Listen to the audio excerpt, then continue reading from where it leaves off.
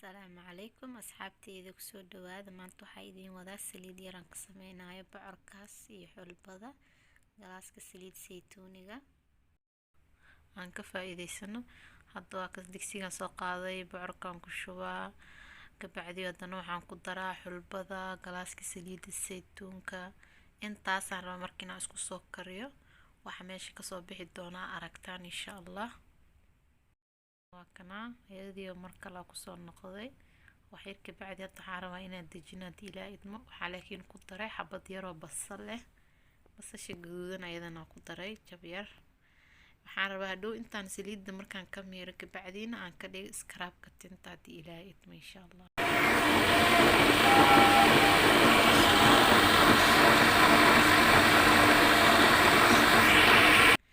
saani ku soo baxdo ma sha Allah